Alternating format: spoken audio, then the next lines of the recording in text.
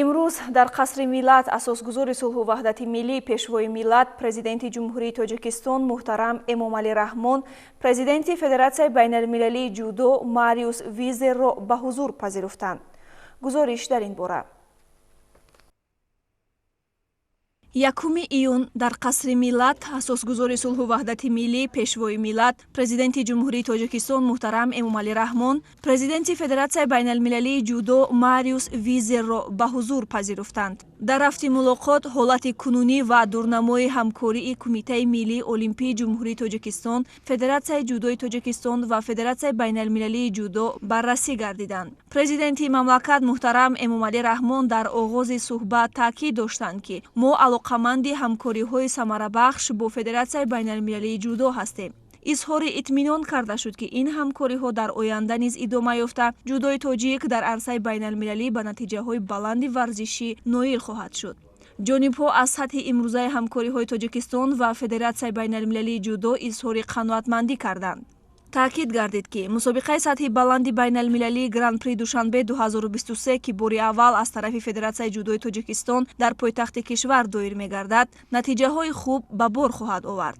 дар мусобиқаи сатҳи баланди байналмилалии Гран-при Душанбе ки дар солгарди 50-уми Федератсияи ҷудои Тоҷикистон баргузор мегардад, зиёда аз 300 варзишгари беш аз 40 кишвари олам иштирок хоҳад кард. таъкид шуд ки пойтахти мамлакат шаҳри Душанбе барои баргузории ин ҳамоиши сатҳи баланди байналмилалии варзишӣ омода буда, аз тарафи ҳукумати кишвар барои рушди риштаи гӯштини ҷудо тамоми тадбирҳо андешида мешаванд. дар рафти мулоқот ҷонибҳо ҳамчунин оид ба дигар масъалаҳои рушди ҳамкорӣ дар ин бахши варзиш гуфтугӯи судманд анҷом доданд. It was a great pleasure and honor for me. барои ман имрӯз имконияти вохӯрӣ бо президенти ҷумҳурии Тоҷикистон муҳтарам Эмомалӣ Раҳмон дар якҷоягӣ бо президенти Федератсияи ҷудои ҷумҳурии Тоҷикистон ва раиси Кумитаи варзиш ва ҷавонони ҷумҳурии Тоҷикистон боиси хушнудӣ ва шарафмандии бузург буд ва ман медонам ки ҷумҳурии Тоҷикистон аҳолии хеле ҷавон дорад, аз ҷониби дигар насли навраси бузург доред ки ин барои ояндаи кишвар бисёр арзиши бебаҳо мебошад ва аз ҷониби дигар имрӯз инноватсия ва технологияҳои нав барои рушди ҷомеа нақши бузург бозида истодаанд ва гуфта метавонем ки ҷомеаи ҷавони ҷумҳурии Тоҷикистон барои шумо тавассути ин технологияву инноватсияҳо як ояндаи бузургиро метавонад таъмин кунад. ман аз натиҷаи вохӯрӣ бо президенти ҷумҳурии Тоҷикистон дар сатҳи баланд бисёр таассуроти хуб ба даст овардам, зеро имрӯз дидам ки ҳукумати ҷумҳурии Тоҷикистон барои тарбия ва таълими ҷавонон тавассути варзиш чӣ корҳои аҷибро ба анҷом расонида истодааст. аз ҷониби дигар мо як муколимаи хеле хубе доштем вобаста ба баргузории чорабинии Гран-при дар соҳаи ҷудо дар шаҳри Душанбе ва инчунин имконияти дар оянда баргузор намудани чемпионати ҷаҳонии ҷудоро дар ҷумҳурии Тоҷикистон баррасӣ намудем.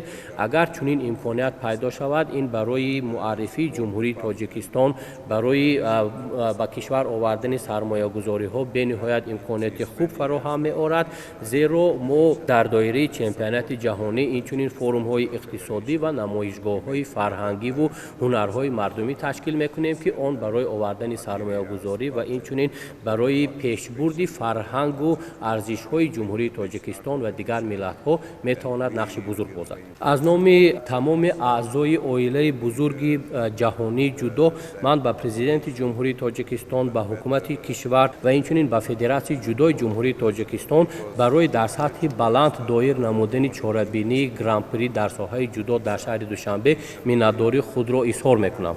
мо аз номи Федератсияи байналмилалии ҷудо ба Федератсияи ҷудои ҷумҳурии Тоҷикистон солҳои охир кӯмакҳои назаррас пешниҳод карда истодаем ва имрӯз як барномаи ҷудо дар мактабҳоро амалӣ карда истодаем ки дар доираи ин барнома мо ба ҷумҳурии Тоҷикистон маводҳои гуногун ва маблағгузорӣ пешниҳод намудем ва иштироки варзишгарони ҷудои Тоҷикистонро дар мусобиқаҳои байналмилалӣ дастгирӣ карда истодаем. мо ин кӯмак факро дар оянда боз ҳам тақвият хоҳем бахшид ва ҳамкориҳоро бо раёсати нави Федератсияи ҷудои Тоҷикистон дар сатҳи баланд боз ба роҳ хоҳем монд. Албатта ҷудо на танҳо ин намуди варзиши олимпӣ мебошад, балки инчунин имконият барои роҳҳои нави таълими ҷавонон мебошад ва ин як платформаи бениҳоят муҳим барои ҳамгироии иҷтимоӣ аст. ин намуди варзише мебошад ки арзишҳои дӯстӣ, ваҳдат ва инчунин ҳамдигарфаҳмиро дар сатҳи ҷаҳонӣ пеш мебарад. Гуфтам мумкин аст имрӯз барои ҷаҳон аз ҳама чизи муҳиме ки зарур аст ин сулҳ мебошад. ман аз шаҳри Душанбе истода ба тамоми ҷаҳон таманниёти худро барои овардани сулҳ ба тамоми дунё ироа мекунам ва ҳамаи шуморо ба чорабинии Гран-при ҷудо таклиф мекунам. Welcome everybody to the Judo Grand Prix.